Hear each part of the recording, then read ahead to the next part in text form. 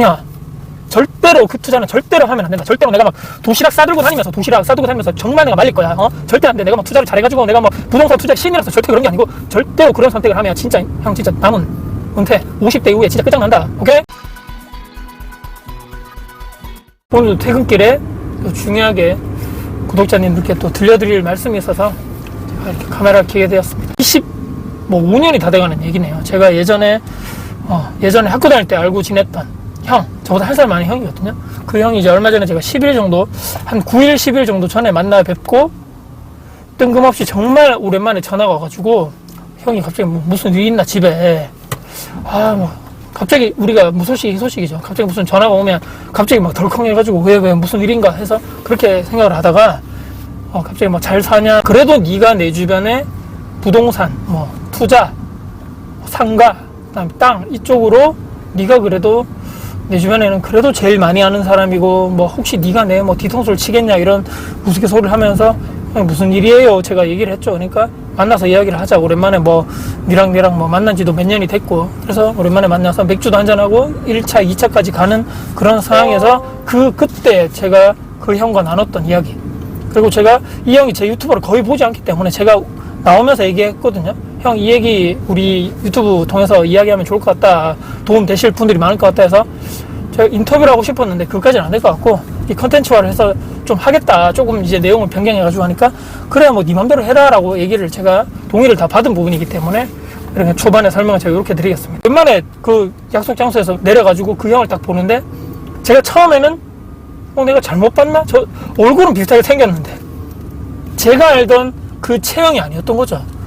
키도 크고, 예전에는 그 포워드인가, 제가 그렇게는 안 보시겠지만, 농구를 제가 했다라고 예전에 말씀드렸죠. 제가 대학교 때, 고등학교 때 운동을 제가 했었는데, 그때 농구 동아리에 저희 대학교 때 동아리 형, 한 살 많은 형이고, 그 형이 이제 기계과를 했고, 저는 이제 과는 다르죠. 저는 이제 전자공학을 전공했고, 동아리에서 알게 된 형인데, 자주 소통을 한다거나 자주 만나서 이렇게 친했던, 그 형이 또, 친하다 안 친하다 이런 범위를 벗어나서 2년, 3년 만에 한 번씩 이렇게 보고 지냈던, 또 단둘이 보는 건 이번에 처음이었거든요.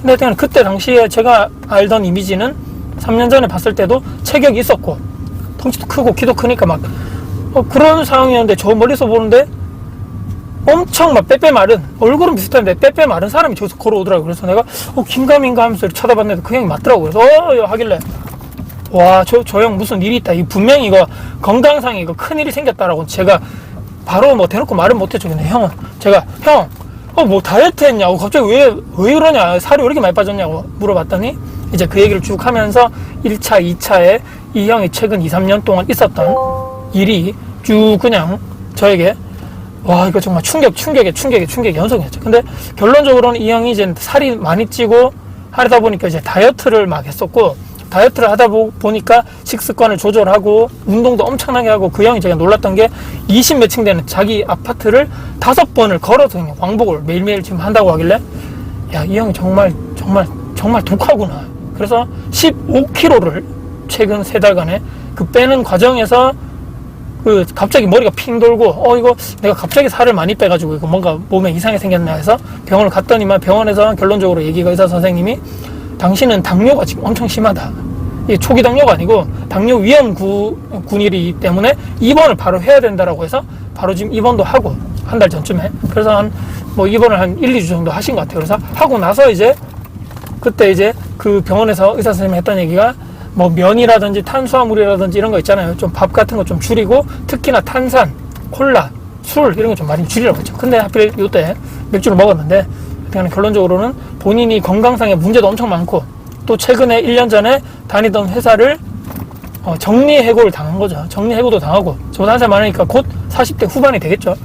그런데 모아놓은 돈은 별로 없고, 이런저런 하면서 고민을 하다가 본인이 지금 이제 주식도 최근에 정리를 했더라고요. 주식도 정리를 싹 하고, 이제 남은 돈, 그 다음에 본인이 퇴직했을 때 받았던 요 돈하고 합쳐가지고 돈이 지금 요 정도 규모가 있는데, 그 형이 저에게 얘기하기로는, 현금성으로 얼마 정도 있냐면, 현금성으로 한, 4억 후반대 돈이 지금 본인 있다라고 저에게 얘기를 했었습니다. 이거 아니 뭐 우리들끼리 얘기지만 아주 비밀적으로 다른 사람한테 얘기하지 제가 말하라 그랬고, 절대로 이런 건 돈 있다고 주변에 얘기하지 말라고 제가 얘기했거든요. 4억 후반에서 5억 정도를 현금화할 수 있다라고 제가 얘기를 그 1차 정도에서 그 얘기를 제가 듣고 나서 그 형이 저에게 했던 고민 상담이 바로 요 내용이었습니다. 처음에 그래서 제 동아리 형이 가장 고민이 첫 번째 중에 하나가, 본인이 지금 최근에 체력적으로도 많이 딸리고 당뇨를 물론 이제 치유하는 과정이지만 약간 체력적인 이런 병적인 것도 좀 갑자기 이렇게 와가지고 본인이 걱정이 많이 된다 그러면서, 지금 원래 그 전에 했던 일도 엄청나게 이 체력을 많이 요구하는, 힘을 많이 요구하는 그런 업무에 또 계속적으로 하다가 한 1년 전쯤에 이제 정리해고를 당하고 나서 계속적으로 놀 수 없으니까 이 형이 이제 노가다를 뛰었다는 거죠. 노가다 얼마나 힘듭니까? 요즘에 지금도 얼마나 이 더운 땡볕에 나가가지고 큰 이 짐을 무거운 걸 왔다리 갔다리 하면서 움직일 때 체력적으로 너무 한계가 와가지고 아마 그것 때문에 뭐 요즘에 살도 많이 빠지고 한 것 같아요. 그래서 이 여러 가지 고민이 많은 거죠. 나를 이제 더 이상 내가 기계과를 나왔는데 거기에서 나이도 있고 더 이상 이제 내가 더 이상 그 대기업이라든지 중견기업에 갈 수 없는 이런 상황에서, 그러면 나는 도대체 이걸 어떻게 내가 감당을 해야 될까? 도대체 나는 그러면 이제 더 이상 내가 이제 회사 큰 기업이라든지 안정적인 기업에 내가 갈 수 없는 상황에서 월급이 끊기는 상황에서 나는 그러면 어떻게, 그러면 노후 준비, 은퇴 준비, 진짜 은퇴를 앞두고 있는 거죠. 빨리 은퇴를 좀 하고 싶다. 내가 지금 가진 이 4억 후반에서 5억 정도에 되는 이 현금성 자산을 가지고 어떻게 하면 월세를 좀 받을 수 있는 방법이 없겠냐. 그래서 이제 이어지는 거죠.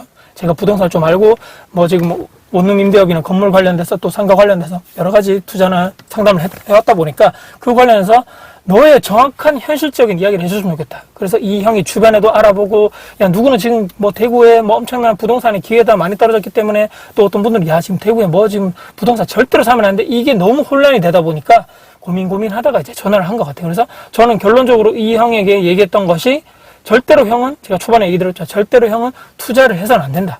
제가 이 형을 무시해서가 아니고, 공부도 안 됐다 해서 뭐 이런 얘기가 아니고, 제가 이 상황에 대해서 쭉 얘기를 들어보고, 충분히 이 형이 최근에 이런 스트레스적인 것이 뭐 됐든 간에 여러 가지 체력적인 이런 노가다, 그 다음에 여러 가지 힘든 일을 통해서 계속적으로 누적되는 이런 체력적인 이런 문제들, 또 스트레스적인 정신적인 문제들을 합쳐서 더 이상 내가 이제 더 이상 회사적으로도 이 힘든 일을 노가다라든지 현장 일을 내가 더 이상 못할 것 같은데, 이런 고민이 이만큼 컸었고, 또 추가적으로 제가 상가 관련된 이야기, 최근에 지금 상가가 얼마나 힘듭니까? 특히 오프라인 상가가 공시는 것도 많고 여러 가지 이런 얘기 하길래, 제가 일단은 물론 이 형이 주변에 가가지고 이제 부동산 관련돼서 상가를 사서 월세를 이렇게 받아서 몇 프로 정도 수익률이 나고 이런 얘기를 몇 군데 들은 것 같아요. 그래서 이거를 뭐 지금 뭐 저렴하게 상가가 나가지고 이걸 사서 임대료를 해서 임차인을 맞춰가지고 뭐 상가를 해야 되나 말아야 되나 이런 고민을 하길래 제가 얘기를 했죠. 형이 제대로 지금 알아본 것도 아니고, 그 다음에 이 정도 뭐 어디 상권을 가가지고 이 정도 수익률이 나오고 이 정도 월세가 나오는 또 이런 여러 가지 내가 시뮬레이션을 돌려보고 그 지역의 진짜 입지에 대해서 이런 임차업종이 돌아가지고 계속적으로 내가 월세를 받을 상황이 맞는지, 또 혹시라도 중간에 이분들이 장사가 안 된다 해서 나갔을 때 거기에 대한 공실, 또 내가 추가적인 이런 대출을 또 받았을 때 나가게 되는 그런 대출이자, 추가적으로 내가 공실이었을 때 계속적으로 나가게 되는 관리비, 이런 여러 가지 리스크에 대해서 혹시라도 그런 것에 생각을 해봤냐고 하니까 그 형이 저에게 했던 얘기가, 나는 스트레스적인 거에서 좀 약하고, 나는 이렇게 신경 쓰는 거에 대해서는 아마 내가 만약에 그런 상황에 혹시라도 투자에 있어서 발생이 된다라면 나는 아무래도 조금 좀 이렇게 단단하게 받쳐 나와서 내가 이걸 다 극복을 한다거나 적극적으로 내가 문제를 해결한다거나 그런 상황이 아니고, 내 멘탈적으로 좀 이렇게 좀 내려갈 것 같다라고 얘기하길래, 그러면 형은 투자를 지금 하면 안 된다. 그리고 그 4억 후반에서 5억 정도 되는 것을 안정적인 적금이라든지 예금이라든지 채권이라든지 이런 안정적인 그쪽에 그냥 자산을 넣어놓고, 일단은 계속적으로 그냥 뭐 공격적인 뭐 내가 지금 부동산 투자를 해서 월세를 받는다거나, 이걸 어떻게 해서 뭐 코인이나 주식에 막 넣어가지고 돈을 막 불린다거나 이런 쪽으로 하지 말고, 일단은 안정적인 곳에 그거를 넣어놓으라.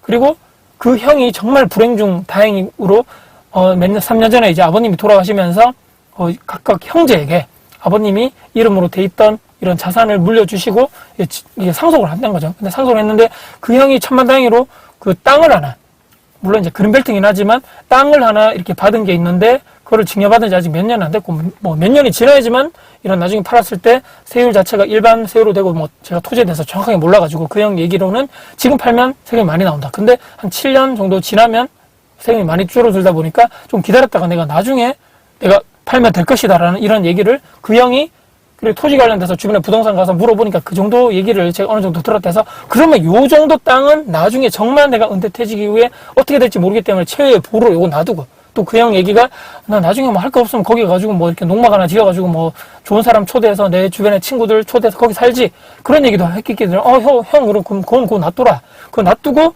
팔았을 때 요것도 쏠쏠하게 제가 뭐 얼마까지라고 제가 밝히진 못하겠지만 어느 정도 내가 노후에 한 10년 20년 정도까지는 그 돈으로 내가 충분하게 먹고 살 수 있을 그 정도 자산은 되더라는 얘기인데 그래서 그거는 저 뒤에 밀어놔놓고 지금 당장 그리고 팔 수 있는 상황도 아니죠. 이게 그린벨트로 묶여있기 때문에 지금 팔면 안 된다. 그러면 요 뒤에 내가 노후 자산 그리고 지금 4억 후반에서 5억에 있는 이 현금성 자산을 절대로 부동산에 한다거나 특히 오프라인 상가에 싸다 해가지고 좀 분양상가 같은 거 투자해가지고 사가지고 뭐 이렇게 뭐 임차인을 맞추면 몇 프로 수익률 무조건 확정됩니다. 뭐 5년에 무조건 확정 수익률 예상 이런 거 절대로 믿지 마라 얘기했고 절대로 그렇기 때문에 형은 부동산 투자에 관련돼서 아직까지도 지식이라든지 정보라든지 노하우를 잘 모르는 상황에다가 더군다나 안다고 했을 때 공격적으로 들어가서 내가 어떤 문제가 생기거나 공실이 생기거나 또 임차인 간에 뭐 월세가 밀리거나 했을 때 적극적으로 내가 해야 될 뭐 이렇게 풀어나갈 수 있는 성향이 아니고 그 형 이야기로는 말이죠. 나는 스트레스 엄청 많이 받을 것 같은데 이렇게 불안할 것 같은데 세입자 전화 오면 이런 얘기를 하길래 그럼 형은 하면 안 된다.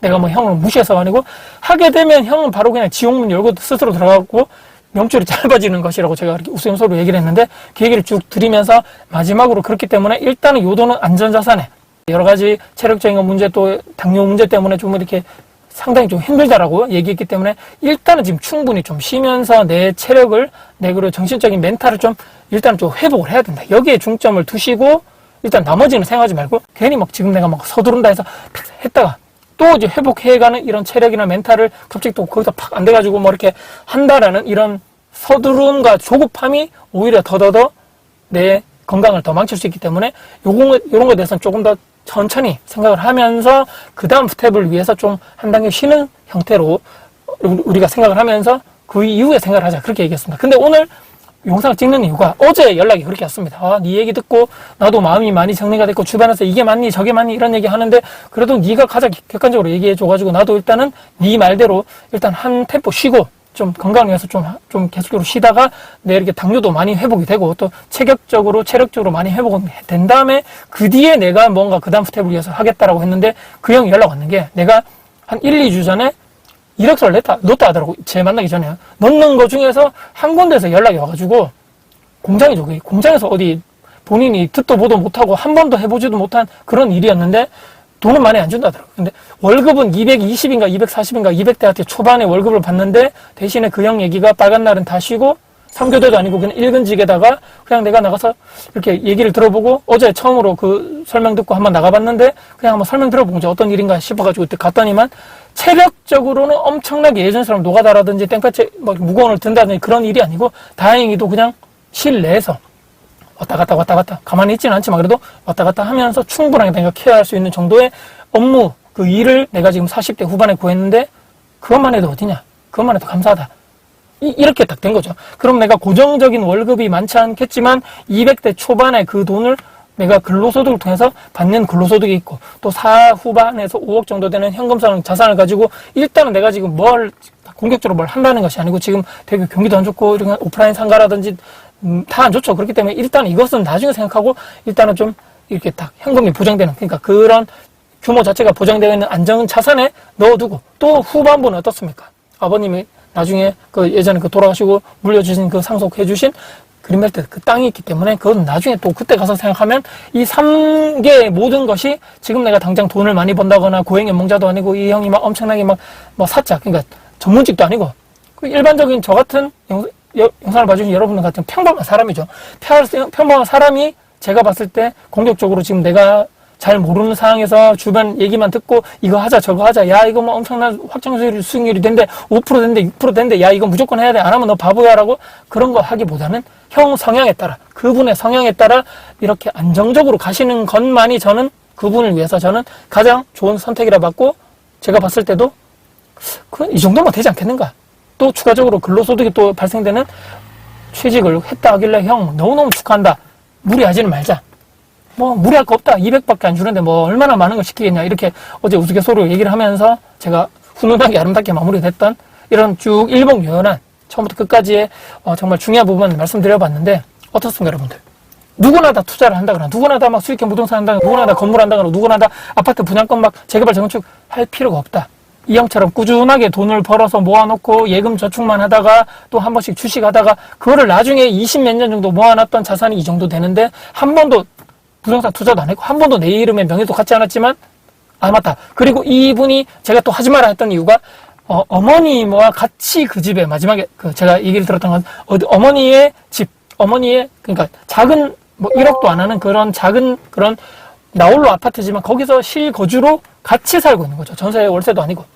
그러면 실거주에 대한 불안정성도 없다는 거죠. 그러면 잘 됐다 형. 여기 계속 살면서 돈을 그렇게 모으고 나머지 요 돈에서는 나중에 형이 중년 이후에 퇴직 후에 그 돈으로 뭐 계속적으로 거기서 빼먹고 쓰든 전혀 문제가 없고 나중에 또 조금 더 좋은 금리가 좋은 쪽으로 계속적으로 갈아타면서 내 자산을 늘려가라. 대신에 공격적으로 투자하지 말자. 그 형의 생각과 제가 이렇게 제시해줬던 생각이라든지 방향성이 어느 정도 맞았던 이런 일치됐던 이야기가 또 있어서 여러분께 또 소개를 해드리고 싶고 누구나 다 투자할 필요 없다. 누구나 다 부동산에서 적극적으로 막 공격적으로 할 필요 없다. 이 형처럼 꾸준하게 저축 모으고 해서 나중에 20 몇 년 뒤에 그게 이렇게 스노우볼처럼 그만큼 커진 자산으로 내가 노후 은퇴할 때 조금씩 빼서 쓰고 또 이렇게 월급 받아가지고 근로소득도 하고 하면 된다라는 제가 오늘 꼭 이 말씀을 마지막으로 드리고 싶어가지고 영상을 촬영을 했고 마무리할까 합니다. 오늘 영상 여러분께 큰 도움 되셨다면요.